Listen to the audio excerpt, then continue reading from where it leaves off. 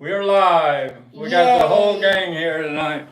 Gang. This is a quick, off-the-cuff live stream. My son didn't have to work overtime tonight, so we planned it about 2 hours ago.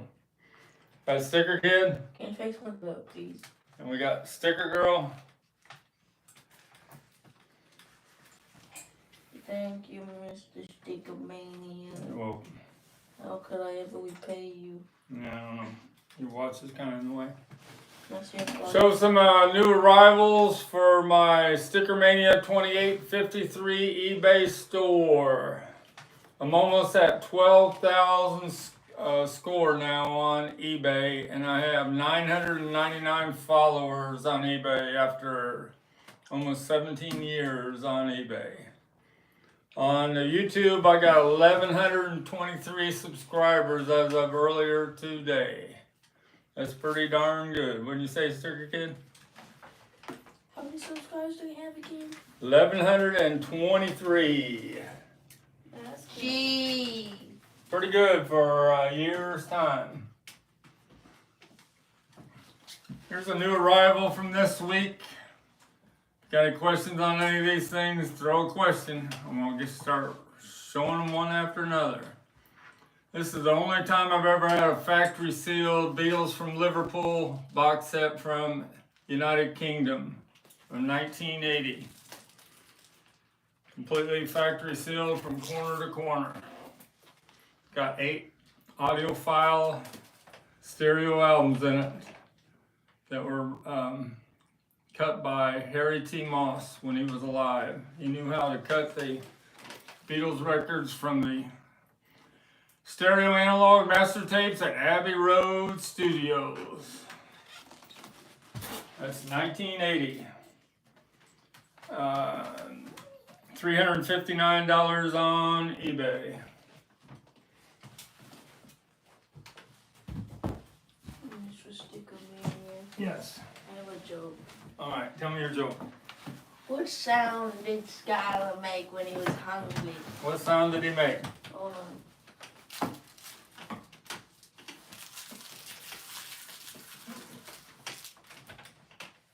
Can I open it up? No.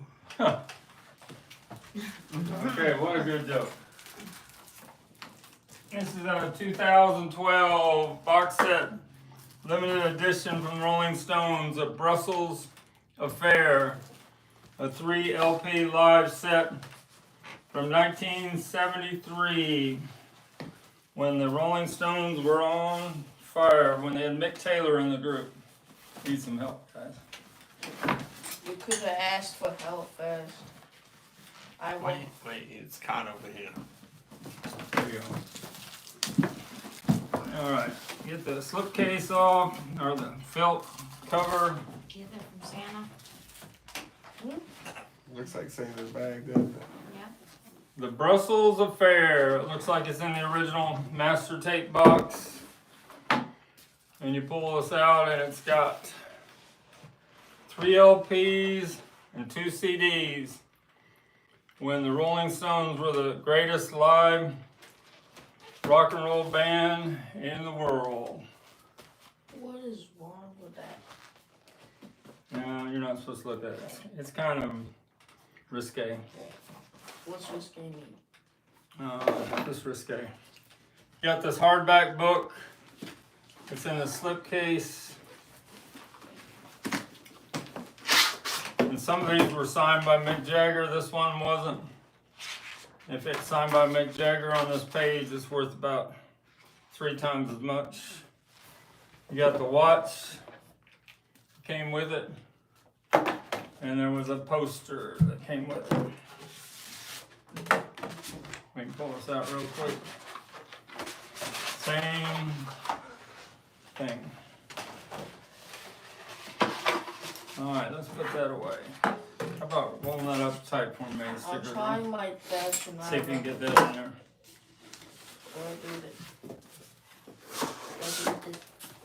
Gonna put this away and show the next thing. Any questions on that? Give it here. Give it here now. You get it. Just be careful. Be careful. Put this down here and go to the next thing. got the joke. Here, Thank you. I got a joke. Yes. What's your joke, Sticker Kid? How many alligators are Speak a little louder. How many alligators are in the lake? How many alligators are in the lake? All of them. What is it? All of them. All of them. Yes. All right, that's pretty good. That's pretty funny. Alligator, all of them. Got this Led Zeppelin sealed. Has all 12 mini CDs from Japan. And I think it's 2008. There. It's pretty nice. Factory sealed from corner to corner. Talk about Led Zeppelin. This came from the great indie rock and roll auction last week. The original handbill for Saturday, June 28th. On a Saturday and Sunday, all weekend. It cost £50 to see all these groups. And on Saturday, Pink Floyd was there. And on Sunday, the next last band was Led Zeppelin, and Jefferson Airplane was the closer. Then Steppenwolf, John Mayo, Johnny Winter, It's a Beautiful Day, Country Joe, Hot Tuna, The Byrds, Santana, Moody Blues, Frank Zappa was there. It cost £50 in that day to go to an all-weekend show, kind of like a Woodstock in England. And it has the original handbill, and it's got the original program from that weekend. Real fragile. You okay there, Sticker Kid? Oh. Yeah, step out of the room for a second. Go step out of the room. Go step out of the room for a second. Go out there and get yourself together, and then come back in there. I'm choking. I know. Let's see, other new arrivals. We I told have not to eat that candy yet. Rolling Stones, Let It Bleed album. First issue from 1969, if I can find it, right here. Now you know you have a first press from England. It has to have that little hole right there, so when you put the record in, you knew if it was a blue in the hole, it was stereo, and if it was red, it was mono. But that's a first press in the United Kingdom, has a hype sticker for the poster, Rolling Stones poster included. And here is the poster. A nice laminated cover for one of the greatest Rolling Stones albums from 1969. A lot of great albums in 1969. We had Abbey Road, we had Led Zeppelin 2, and we had Let It Bleed. How you know you have one from England on the poster? It has a Decca on the bottom. If it says London, it's one from the United States. For some reason, the pressings from England always sound better than the ones in the United States because they were cut from the freshly made master tapes in England, except for Exile, which was mixed in LA. So the USA does have the best pressings on that one. Any questions about that? Let It Bleed? I have a question. Yes. Why is it called Let It Bleed? Good question. I don't know how to answer that. I thought you would have asked the Beatles. Yeah, well, this is Rolling Stone. That is the Beatles. Well, I thought you would have asked the Rolling Stones. I know a little, but I'm a Beatles historian. It has one song, the first song on the album is called Let It Bleed. Why? But the big hit was You Can't Always Get What You Want. You ever heard that song? I heard them. We told you those words earlier today. You can't always get what you want, like a mini motorbike for Christmas. I wonder why my bike here, but I can't because of you now. Oh, do you really want to know? I mean, this is what the definition says. Why to let it bleed? Tyler King did to record this track, at least as it's represented in town. Here's the alternative. All right, it's a slang drug version from Keith Richards. What version? We'll leave it at that. Got this in earlier today. 2014, factory sealed. 1962 to 66, the red album. 1967 to 70, the blue album. These are Europe pressings from the Netherlands and Germany, and they were cut from the original stereo master tapes at Abbey Road Studios, and definitely the way to hear the red and blue, unless you want to hear the new remix versions that just came out. But my ears are so used to these. This is what gives me a rush when I hear the original mixes of the Beatles songs like this. I have been playing this in my car. I like some of them quite a bit. Sticker Girl like Michelle and Yesterday and a few of the slower songs. But I haven't opened the album. I got the album slipcase box set up for sale on my eBay store. I think I'd rather listen to the 2014. What do you think out there? I'd rather the new one. eBay. There's a new one. Oh, I know. That's why they made the new one for your generation. How many subscribers do you have on eBay? I have 999 followers On eBay. on eBay. How many subscribers do I have on YouTube? That's the trivia question for you. 1,120 something. 23. Well, you're pretty darn close. Good job. Your memory does work a little bit. Can you sit around and look this way? Thank you. It's a Louisville. It's the football team right now. That's playing right now. That's what he's saying. Just read it. Oh. I think it says Jenny Hancock said. Gene Hancock said Louisville's losing, so I'm watching. All right. Maybe that's not good though. But I'm not into Louisville sports. I was told when I moved here 27 years ago that they're fanatic about sports here, and they definitely are. Yes. What's the point of me having gloves on? I'm not gonna grab anything. You can take them off if you want to. Thank you. My hands feel so. Got this excellent condition picture sleeve from the summer of 1964, an East Coast straight cut of I'll Cry Instead. This record only didn't even get in the top 10, so it's hard to find a picture sleeve of this, much less to find one in excellent condition without a bunch of ring wear. No tears, no writing. It's got the matching East Coast pressing. I'm Happy Just to Dance With You was on the B-side. Chris from the store said. Chris W. Yeah, Chris Yeah. W. Said, love the sticker family. What's poppin' Panda Beatles for life? What? He's just saying, what's poppin' Panda Beatles for life. All right. Thanks, Chris. Hi, Chris. Just saw Chris at the store about an hour ago. Hey, Chris, I have a question. How many things do I have up? How many fingers does Sticker Cam have up?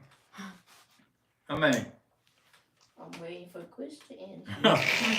All right, one more trivia question. What songs do these two songs, what movie, Beatles movie, does this come from? No, I'm not giving a butcher cover away, but who's the first person, what movie, Beatles movie, did that come from? The poster's right behind my director's son there. What's it say there, Sticker Girl? The Beatles, A Hard Night. Hard Day's Night. A Hard Day's Night. He said 5. Wrong. My phone. You should be more You should be more smart than that. All right, next thing. Joel M said Hard Day's Night. Yep, that is the correct answer. A Hard Day's Night. Summer of 1964. I went to it when I was 10 years old, and it was the first movie and only movie I ever went to where the girl screamed every time there was a close-up of one of the Beatles. It was really freaky, be a 10-year-old boy in a movie theater and all these teenage girls around me screaming every time they showed a close-up of Paul or John. They loved them. I mean, the girls used to scream. Well, that's what they did back in the day. You can look at footage of it. That sounds weird, doesn't it? In a movie theater. I would have been like, get out. That must have been a nightmare. For a 10-year-old boy, it was strange. A little good news I have. Monday, I'm picking up my Beatles record player, 1964. It's taken 3 months, and they finally got it done. They had another symphonic 1964 record player that wasn't a Beatles record player, and they used it to take the guts out and replace my Beatles record player so it's fully functional. So it'll be amazing when I get back. Get back this week. This is the original instructions for the Beatles record player. And this is the hang store tag that was, well, this is the store tag, my fault.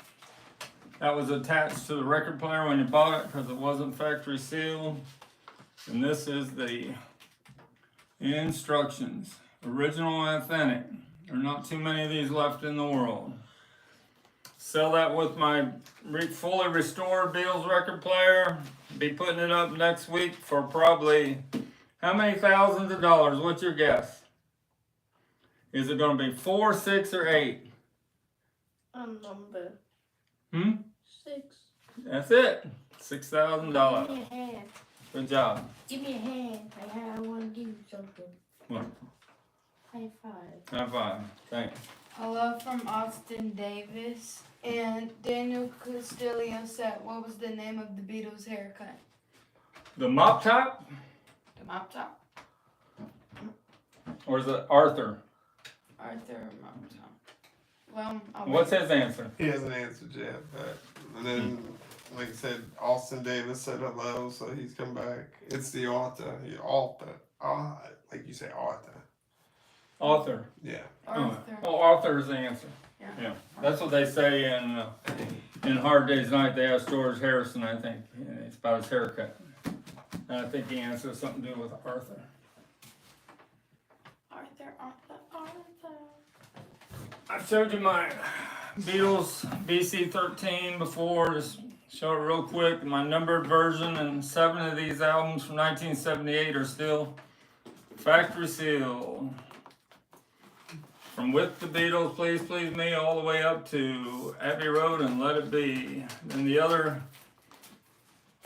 5 are it's still in the shrink and hardly been played. It's up on my eBay store at $900.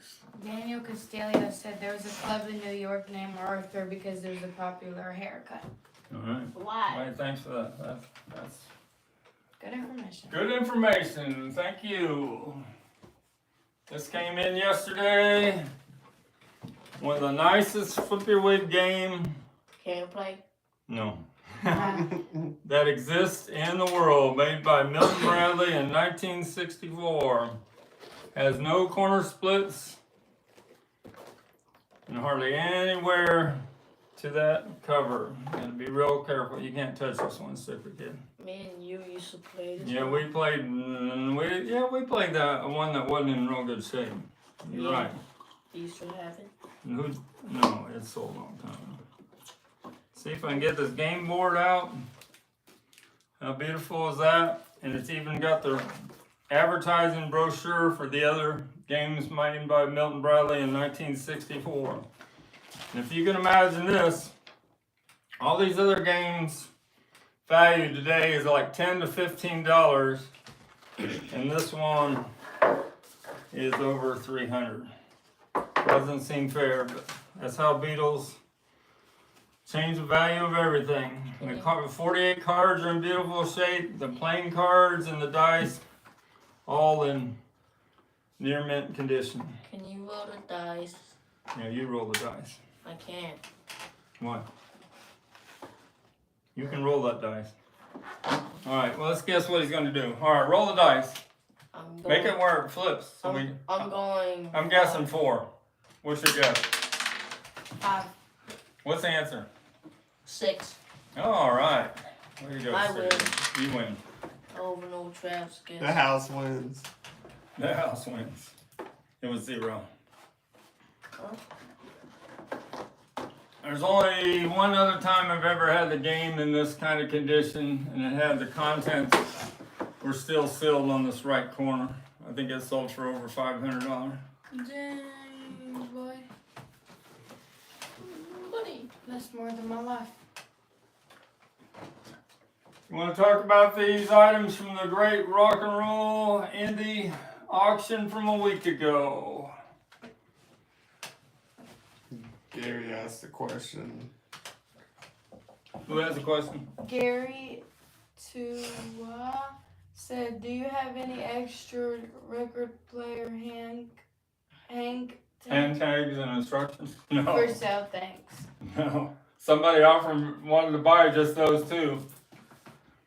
And they didn't even offer, they wanted to get these for a couple $100, and I said, no, I don't think so. I would say these 2 pieces of authentic items here would be worth over $1,000. It's STICKERMANIA. How many of those are left in the world? 0. Probably. There's one right there, girl. Probably Well, other than that. You what? Probably 500. No, there's not 500. They only made 3,000 to begin with. Do you think out of the 3,000? 10. There's probably 10 left in the world. Jeff Osberger at the Fest for Beatle fans. Remember when in that room he had that Beatle collection all around the room? Where you got with the yellow submarine figurine where you stood behind there and had your picture taken. Yeah, But anyway, he didn't even have this with his at the Learman hotel. Yeah. Beatles record players. Dang. This was the big dog from the auction. Is it a dog? Well, it's not a dog, but it's the biggest thing they had for sale in the whole auction, the 4 to 5 hour auction, live auction. Unused ticket from October 27th, 1963 to see the Beatles. Unused ticket, 4 square corners. Signed on the front by John Lennon, Paul McCartney. And on the back by George Harrison and Ringo Starr. And Ringo Starr was even considerate and signed the stub because he thought the stub would be torn in half. And so he wanted the person to at least have an autograph on one of the sections. But that is 3 days before they did the Swedish drop-in TV performance. That pretty much all around the world, I mean, you've seen this in Anthology, how great the Beatles did those 4 songs that day on the Swedish drop-in. They were supposed to only do two songs on the drop-in show, and the crowd was so into it, and the director and everything. They said, John, will you guys do 2 more songs? And they were happy to do Twist and Shout, and I think it was Long Tall Sally. Ringo was on fire in this performance. And no, don't ask me the question, was he literally on fire? I have a question. Yeah. Did you celebrate the 1 year of your channel? We celebrated it on our Thanksgiving live stream. Yeah, I should have got a cake. But I have my birthday coming up January 1st, so we'll have a big celebration there. But you got to come up with an idea of what we're going to give away as a present, as a giveaway. But it's your birthday though, you shouldn't. This is a COA for this ticket from Roger Epperson. That's a Beatles. He's a rock and roll autograph expert that works for PSA DNA, like the Steve Grad that's on the Pawn Stars shows that always comes out and authenticates autographs. This is on sale on my eBay store for a lot of money. $22,000. I've had it up 2 days. 300 people have brought it up, and there's already more than 13 watchers, interested buyers on this ticket. This has to be a one-of-a-kind, signed, unused ticket before the Beatles came to America. Any questions about that? Before I go on, let's show the butcher cover poster. Last time I'm gonna pull this out on a video. That looks like a big saw old that confetti. before. Yeah, we opened up the other day. Can I have it? No, What does it look like? It's this came. just paper towel. Gonna come with a COA from Perry Cox. This is the original poster. They were all supposed to be destroyed from 1966. Promoting yesterday and today before they changed it to the trunk slick. They made probably 50,000 of them, but almost all of them were destroyed right away when it got recalled. Very few of these exist. Only a few DJs and record stores had them. That's the real deal. Let's see if we can put that away. Daniel Castillo said it seems like George was going to overtake Paul as the leader. When? I'm guessing you're talking during that concert, maybe? At the end? I don't know. Yeah, that's all he says. He says he's seen. So was he He talking? quit. He quit during the Get Back. George did for a weekend. I don't know. I always thought Paul was the leader. Let's see if we can get this put back in there. I don't want to handle it anymore. Good. That's up for sale on my eBay store at $1,999. Daniel answered. Daniel Costello said yes, his songs were better in the late 60s. Oh yeah, I agree with that. Something, Here Comes the Sun, All Things Must Pass was coming out the next year. I agree with that. He was on fire as a writer, but Paul was still kingpin in the Beatles. And George didn't like that.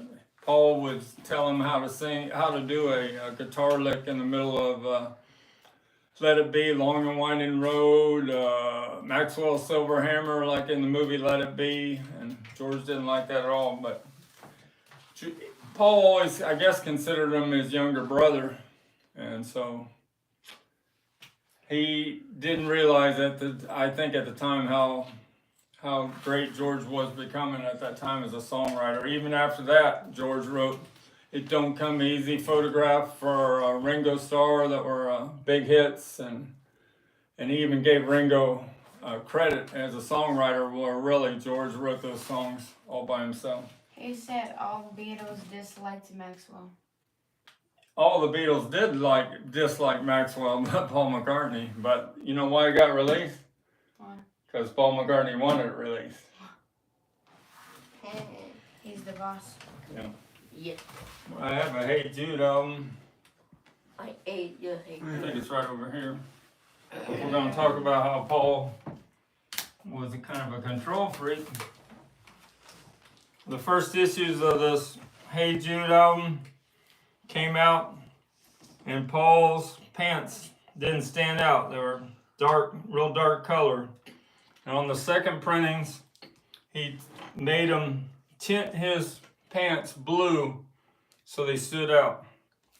So Paul always Can I see? had the final say. You can't. This is the first printing, and you can hardly see Paul's pants. But I don't have a second pressing here where you can see his pants, Why? because he wanted to stand out.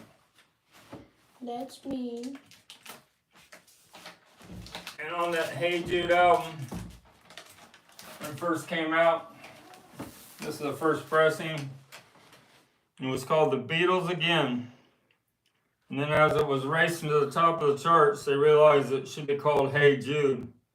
So on the second pressing, it said The Beatles, Hey Jude. But this is the first pressing, Beatles Again.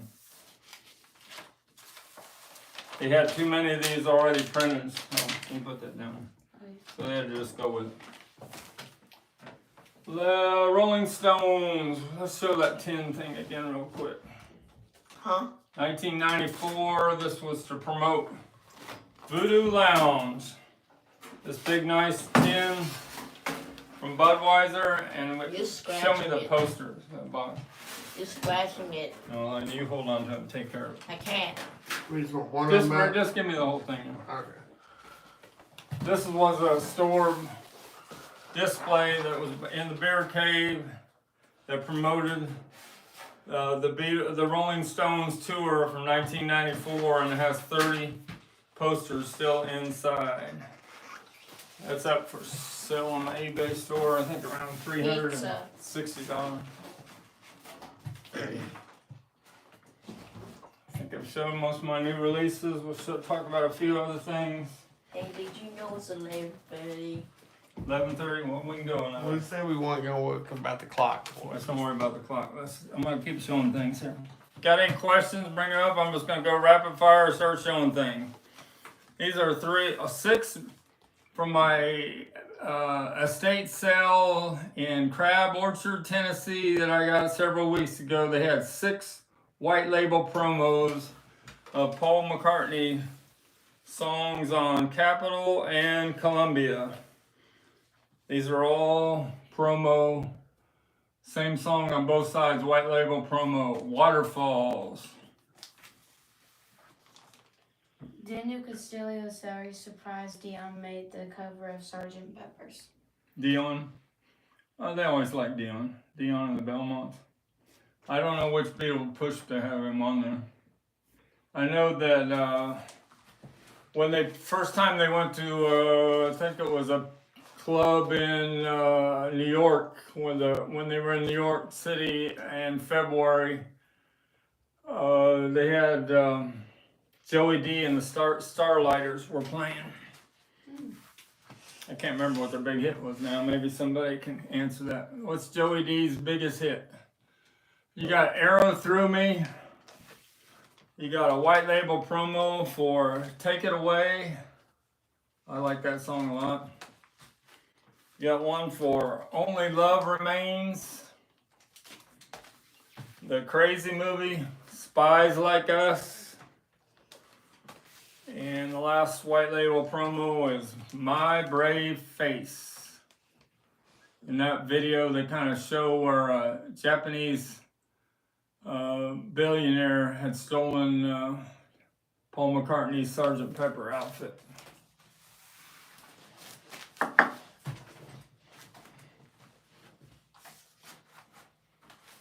I sold one of these already. This is the other one I have for sale on my eBay store.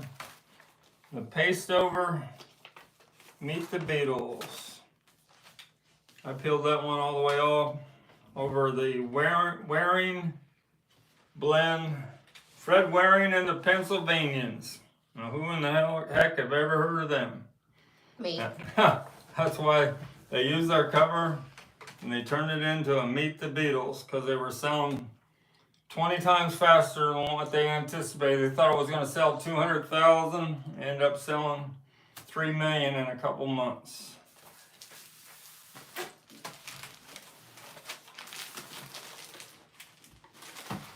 From that Tennessee auction we went to, it was also an auction that went on for 90 minutes, where the one in Indianapolis went on for 4 hours.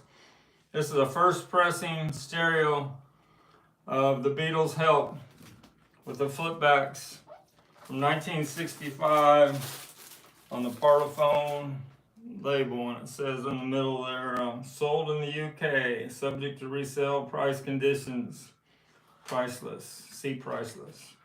That's how you know you got original mid-1960s pressing of the Beatles from the United Kingdom, England. Mr. Mean. Yes. May I leave? Yeah, if you want to leave. Thanks for helping us out. Because I feel like I'm getting tricked into standing here for an hour. All right, thanks for the help, Secretary. We'll see you next time. Bye, Say down by the everyone. audience. Goodbye. How many things do I have up, Chris? You guys have seen this. I'm gonna put this up tomorrow on my eBay store. Underground record, the Decca tapes, Signed right on the drumstick by Pete Best. I might sell it with this Denny Lane sign, Weep for Love. Let's pray that Denny Lane recovers out of the hospital. He's having health issues. He's gonna die. Oh, he's not doing well. Oh, that sucks. This real nice version 2 of Introducing the Beatles. No rubware there on the bottom, which you usually always see, and you can see the watch on the time on John Lennon's watch. Gotta have Please Please Me on the back titles to be original version 2. And Honey's gotta have all the ink on the top of the letters, where all the counterfeits, which they made millions, there's some ink missing on Honey. And they weren't factory shrinked in early 1964. Has a date of March 64 written on the back when it was sold in the store. Where's my ponytail? Oh, no.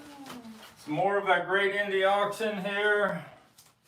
There's a lot of interest in this on my eBay store. Talking about how George wrote Photograph. That was the first #1 hit from the great album from 1973, Ringo.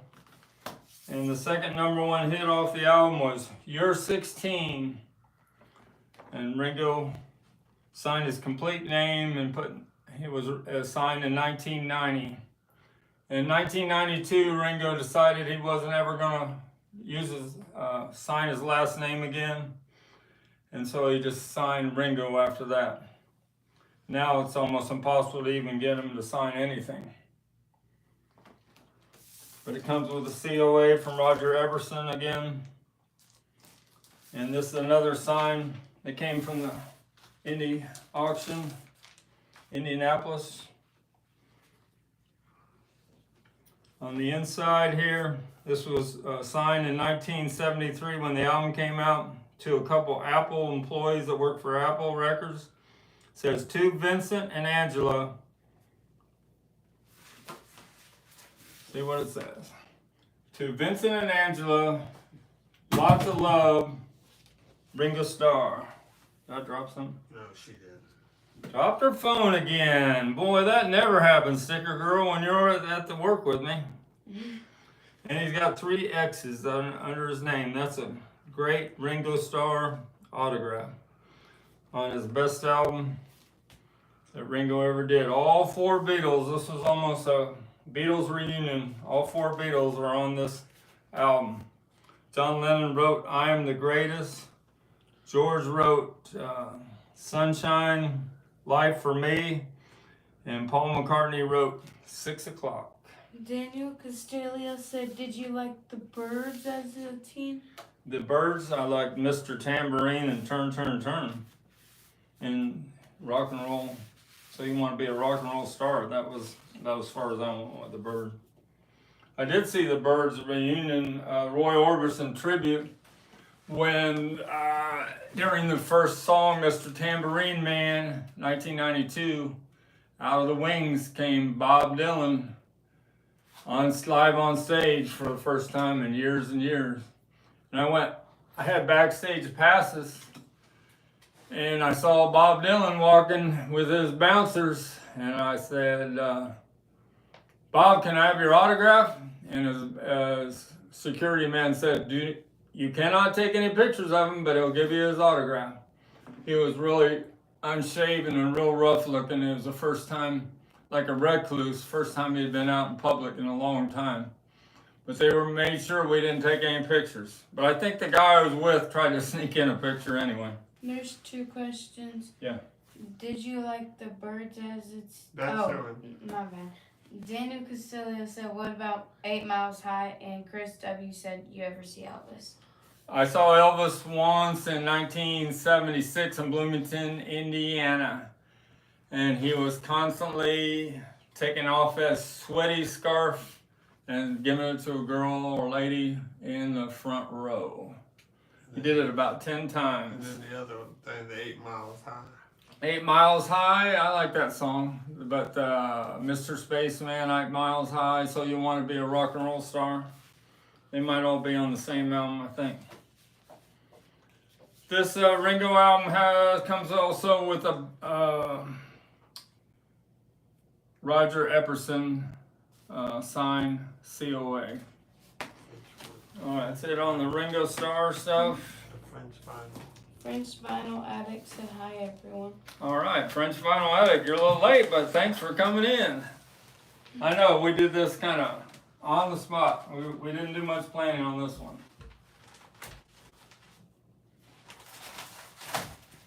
Talk about this for a second. I think this is the one with the tickets in it. Somebody messaged me today, says as soon as he sells his Stephen King signed books, he's going to buy this at $1,600. 2 consecutive tickets, seats 1 and 2, to see the Beatles on October 29th, 1966 at Candlestick Park. Last time the Beatles ever performed before a paying audience. That one of the tickets was taped right there. Pretty nice. 2 consecutive original authentic tickets to see the Beatles the last time.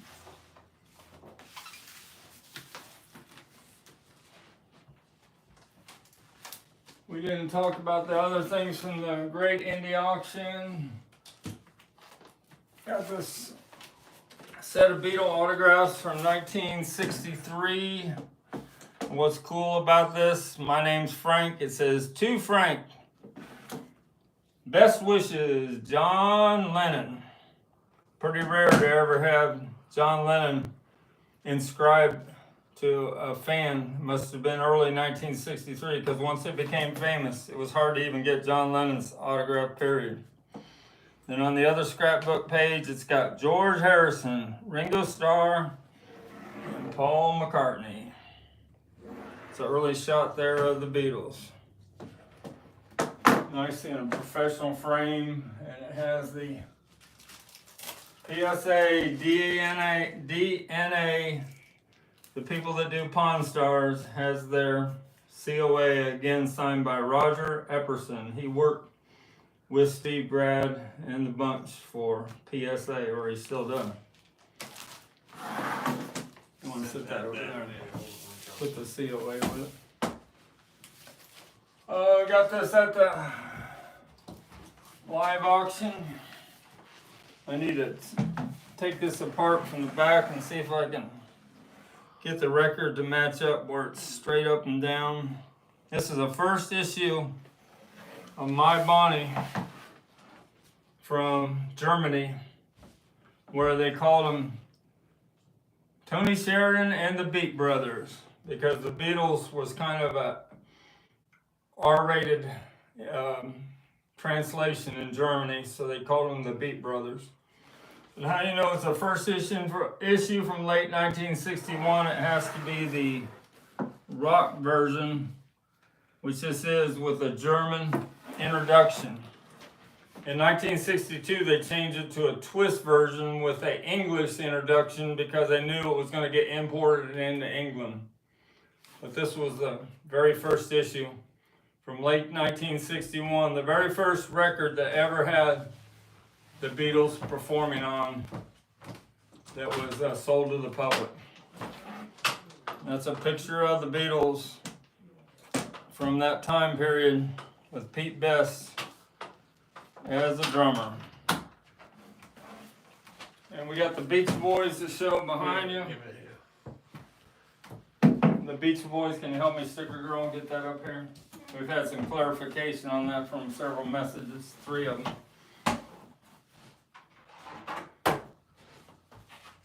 This is a signed 1977 cover by 4 of the members of the Beach Boys. And what's amazing, it's got the late Carl Wilson, that sang God Only Knows, right there in the middle. Big Carl Wilson autograph. It's got Al Jardine up there. Says, with love, Mike Love. And I thought this was Brian Wilson, but the expert told me on my last YouTube video, this is Bruce Johnston, which was a member of the Beach Boys. He took the place of Glenn Campbell in the mid-60s.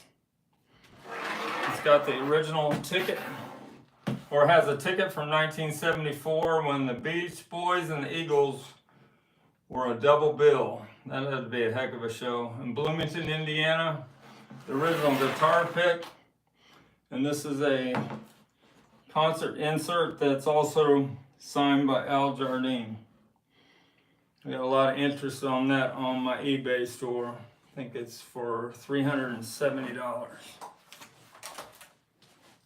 That's most of the, I have a Holly's autograph here somewhere if I brought it. Get right over here.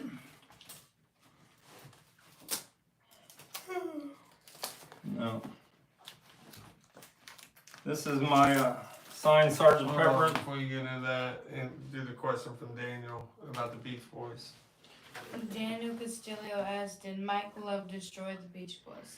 Mike Love destroyed the Beach Boys all the way. He was at his peak when he went with the Beatles to the Maharishi, 1967, sang a couple songs with the Beatles, and it must have went to his head, because he became, whatever you want to call it, starts with a P, and an egomaniac after that. And one time they were on the Grammys, and he was, and that was the night they inducted the Beatles, and Paul McCartney didn't show up, and he had the nerve to say, well, at least I'm here. Paul's not. That takes a lot of nerve, I would say. That's my opinion. Brian Wilson was a genius of that band. This is my signed 1967 May receipt, doctor's receipt by Paul McCartney with the Frank Casio COA. I had an offer this week on eBay for $1,700 if I pulled it off of eBay and sold it straight to him. And my policy, I've been with eBay for 17 years. When it goes on eBay, it sells on eBay. I'm a top-rated seller. eBay has several $1 billion to protect their top-rated sellers, and I'm not going to mess that up. I think this is the first part. They would ask about it a little bit. I know what it's going to be, but just ask them that one. Person moment, Beatles moment. What Stickerman's most memorable? In-person. Oh, in-person Beatle moment. That's what Chris asked. Beatle moment, in-person Beatles moment. I've never personally met, I saw Paul McCartney several times and seen Ringo Starr, but I've never been backstage with any of them. I saw Pete Best at a convention once where he was charging $25 for an autograph, and I didn't even get in line to get his autograph. I should have, but I didn't. You don't think that would be, I mean, most memorable in person, would that still be the Ed Sullivan watching on the show? Yeah, watching the Ed Sullivan when I was 10 years old when it was live on the air. That would probably be the most personal moment. And then the next day when I was in 4th grade getting on the school bus, and 10-year-old girls, the only thing they could talk about was, did you see the Beatles last night? Did you see the Beatles last night? And it went to my head, boy, something definitely is going on here. Yeah, I would say that's probably the most. The world had changed overnight.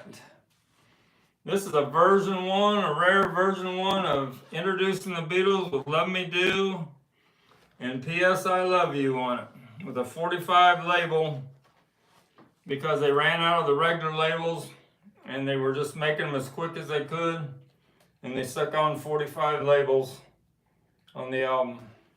Now I gotta just get a nice cover to go with this nice record. This was part of the Tennessee estate. Oh, I like him. Any other questions before we wind this down? Speaking of My Bonnie, that's this was original German pressing. This is a 1986 reissue. If it was original, it'd been worth over $2,000. That's a good question there. Gary too asked, what's the first Beatles record that you ever bought? My first Beatles record I ever bought, this may not count, but it's A World Without Love by Peter and Gordon. Does that make sense? Who wrote the song? Probably Paul McCartney. So my first thing I fell for when I was 10 years old on the radio was A World Without Love, and I discovered like a year later the credits that Paul McCartney had wrote the song. It was #1 here in the United States.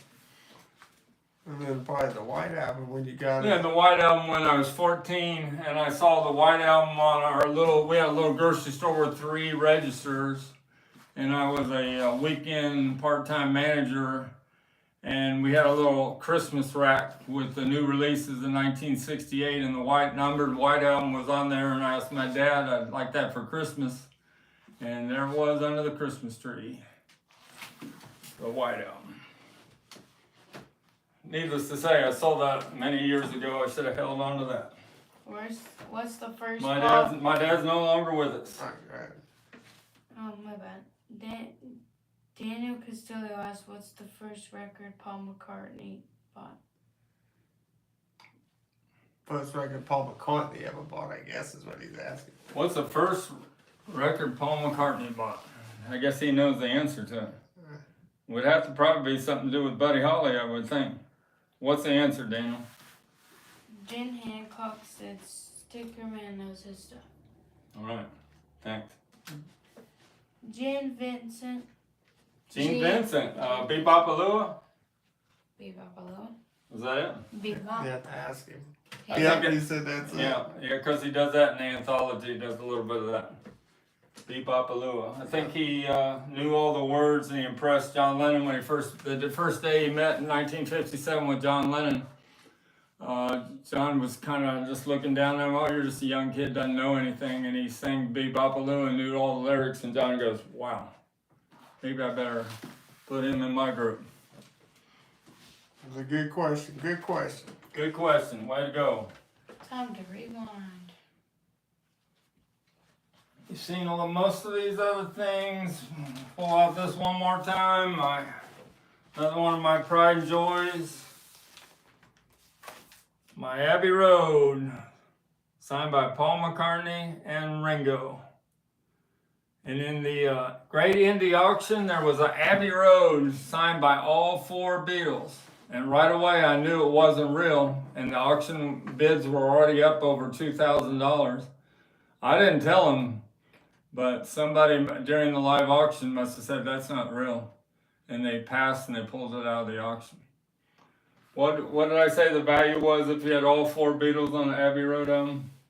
Gary Johnson told me what it'd be worth. Okay. $100,000. Oh my gosh. Another question. Another This got question. with a Frank Cazia COA. This was signed in 2005 when Paul was on tour. And then Ringo signed it shortly after at a different time. Stephen Fish It's said, tough to get a full, long Paul McCartney unrushed autograph right there in the clear blue sky. And I think I've sent an offer out on this for $6,500.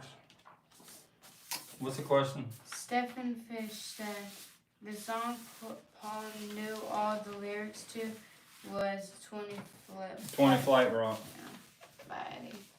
20 Flight Rock. Was that also Dean Vincent or was it Eddie Cochran? Just get really long. So that's the song he must have sang for Paul. Thanks for the clarification. I know most of the stuff, it's just on the spot sometimes. I can't come up with the right answer right away. You know, I am 69 years old. All right. Rolling Stones, we showed the one autograph, or the ticket, we didn't show the other one. This is a 1965 program with a ticket to see the Rolling Stones at the Cincinnati Gardens. He said, my pleasure. So I have I have a 65 program from Cincinnati with a ticket and a 66 program from Philadelphia with a ticket. I went to Cincinnati Gardens and I saw John Cougar open up for the Kinks, and most 50% of the time when I was there, all I can imagine was the Beatles playing to an overpacked crowd when it was 110 degrees in the same stadium. They knocked it down several years ago and auctioned off the seats and everything, but I don't have any of them. Where are we at in time? We have 55 minutes, so we All can right, go anything. 5 more minutes. You can throw your questions on there. 5 more minutes. This is my sealed Nitus. Oh, that's not my sealed with Sticky Finger. That's the first issue of Sticky Finger. I left the sealed one in my locked up. You know it's the first issue when you have printing on both sides of the bottom of the back cover. And another early pressing of Meet the Beatles from 1964, when the Capitol representatives were told to take these million stickers they had of Beatles Oncoming, stick them on everywhere they're possible. So they stuck them on a bunch of Meet the Beatles that were selling like hotcakes in the store. They weren't factory shrink, and they just stuck that Beatles Are Coming sticker right on top of it. Talked about that. That's the Beatles collection, singles collection, a real nice box set there from England, 1978. And we talked about that. I put my big Flaming Pie Paul McCartney poster, my 4 foot by 7 foot. This is in the original shipping tube. It's up for sale on my eBay store. I think at it's either $200 or $300. I can't remember. I just put it up last night. I should remember. And show this one more time. My big poster for my first day, the Sgt. Pepper, before it was released at Brian Epstein's. Can you pull up the bottom of that? That's a nice print from England. It shows the Beatles at Brian Epstein's house at the press release for Sgt. Pepper. And you can tell which 2 Beatles were most proud of Sgt. Pepper because they're holding on to the album cover. George could care less. Ringo says, "Get me out of here." And Paul and John were all about the release of Sgt. Pepper. I think Ringo said he learned how to play chess during Sgt. Pepper and the White Album because he was bored to death. Daniel Costello said, "Is Peter Jackson working on the Shea Stadium concert?" Peter Jackson is first working. It was on that long interview on Things We Said Today on the Star Club tapes from Hamburg, 1962. So that will come out with a professional release. I think the Shea Stadium film is already done. It's just whether it's already been remastered.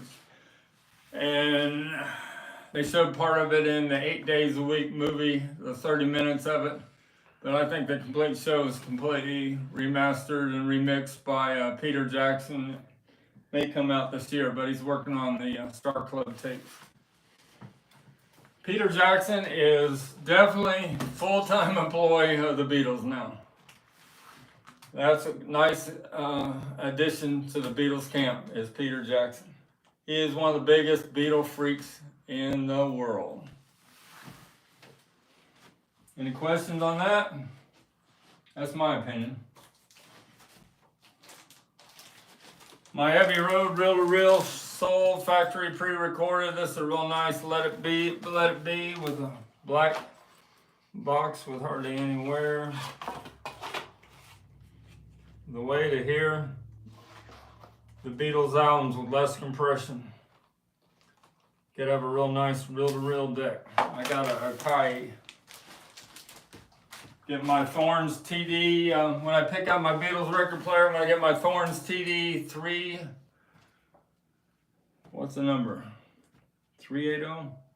320 turntable from the 1970s. I'm gonna get it. It needs to be repaired. Put a new cartridge on it and readjusted. I'm gonna get that done next week. But it took me 90 days to get my Beatles record players back. I don't know how long I'll have my Thorns turntable, but I have a backup turntable I can use.